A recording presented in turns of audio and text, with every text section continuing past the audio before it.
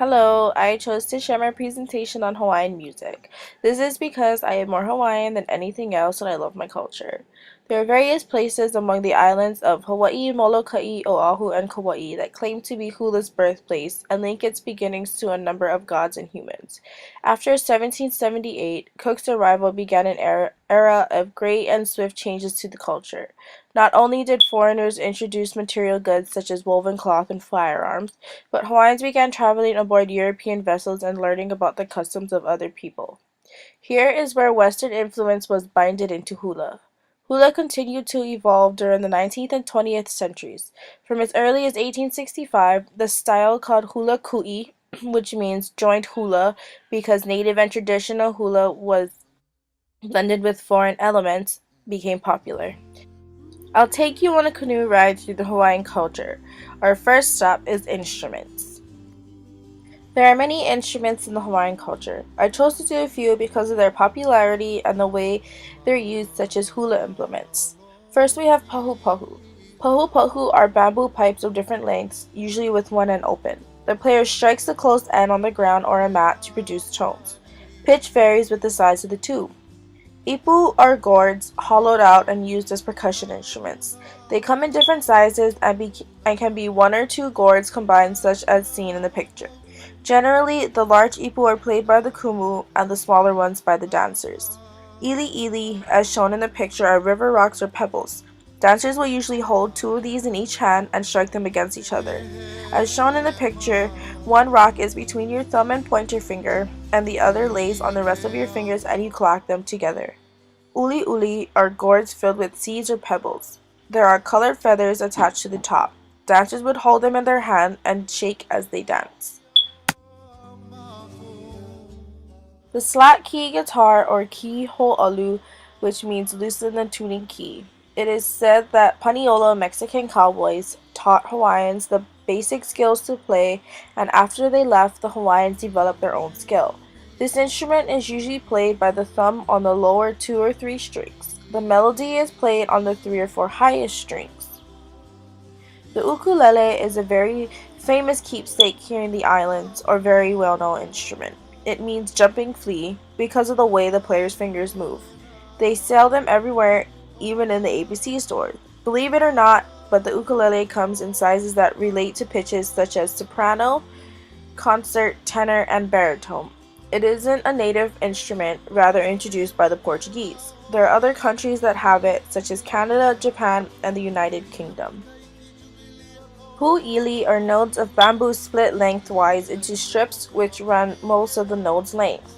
The dancer holds the uncut portion in one hand, striking it against either the free hand or another pu'ili. In most, but not all cases, ancient dancers used one pu'ili and modern ones use two. Our next voyage takes us to the composers. Our first royal encounter is King David Kalakaua, born David La'amea Kamanakapu'u Mahinulani Nalaia e Huokalani Lumialani Kalakaua. He was the last reigning king of the Kingdom of Hawaii. King Kalakaua was important because not only was he a king, but he wrote our state song Hawaii Pono'i and helped to restore the hula. The Merry Monarch Festival, which just ended, is actually named in his honor. He died not in Hawaii, but in San Francisco, California. Because he and his wife, Queen Kapi'olani, did not have any children, he named his brother his heir. Unfortunately, he passed before Kalakaua's reign was up. Kalakaua wanted to keep the kingdom in his immediate family, so he named his sister Liliuokalani Queen. She is who we come across next. Lydia Liliu Loloku Valania Vivehi Kamakaeha was our last queen ever. She was one of 15 children. September 16, 1862 is when she married her husband, John Owen Dominus, who became governor of Oahu and Maui. Queen Liliuokalani drafted a new constitution that would restore the veto power to the monarchy. The constitution never came to success, and it led up to the U.S. invasion, causing the overthrow of the Hawaiian kingdom. Liliuokalani composed some of the most beautiful songs.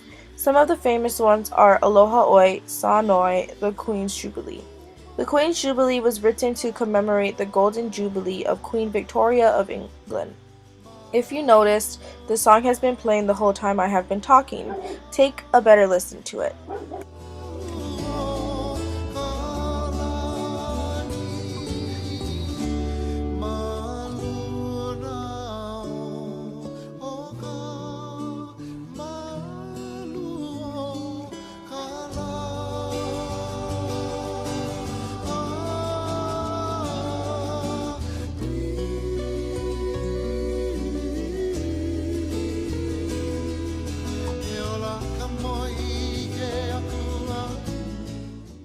We lastly stumble across the Reverend Dennis Kamakahi.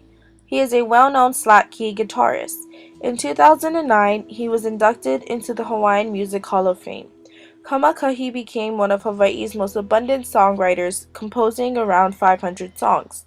He recorded Sons of Hawaii for the National Geographic Society's Music of the World series. He worked very close with his dear friend Eddie Kamai, recording soundtracks. In 2003, he released a second album under his own recording album. Next, we traveled to Iolani Palace to listen to the beautiful music from the Royal Hawaiian Band. This band happens to be the oldest municipal band in the United States. It was founded by King Kamehameha III. Leading the band at the time was Henry Berger, as seen in the top left picture, who remains the most influential bandmaster to shape the band as we know it. The band's first voyage outside of the kingdom was to San Francisco, taking first prize in a band contest. Today, the band performs and marches in over 300 concerts and parades a year. The most recent bandmaster is Clark Bright, who was appointed bandmaster in 2011, and their picture is the bottom right. The songs will now capture our vessel. Mele is broken up into two sections, Mele Oli and Mele Hula. Mele Oli is used for specific occasions and when addressing formal subjects, but not for dancing. Mele Oli can also be known as chanting. Here is an example called Oli Mahalo, which is a chant of thanks.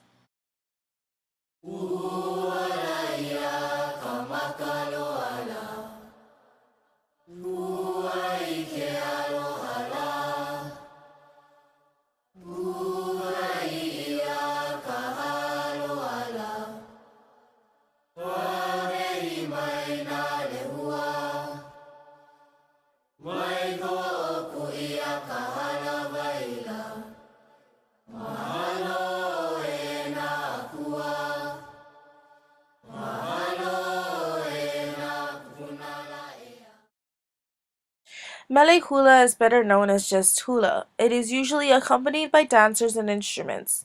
Mele hula has more tones and larger intervals between the tones. It is a rhythmic chant with broader tonal ranges.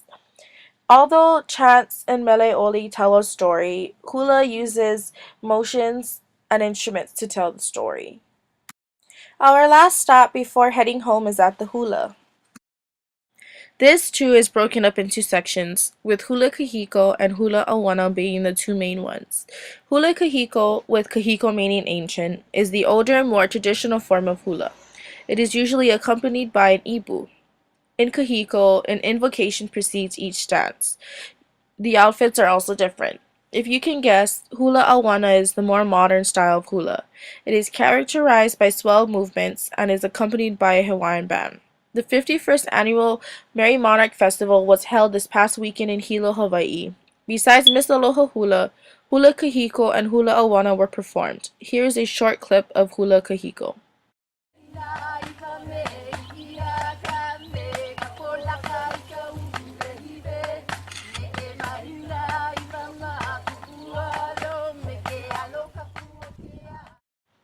I have gone through the instruments, the composers, the mele, and the hula. The Hawaiian Renaissance consists of many more besides of what I just talked about. I embrace my culture. Growing up with Hawaiian values and attending a Hawaiian high school has shaped me to the person I am today. Mahalo. Please watch your step while exiting the canoe. A hui ho.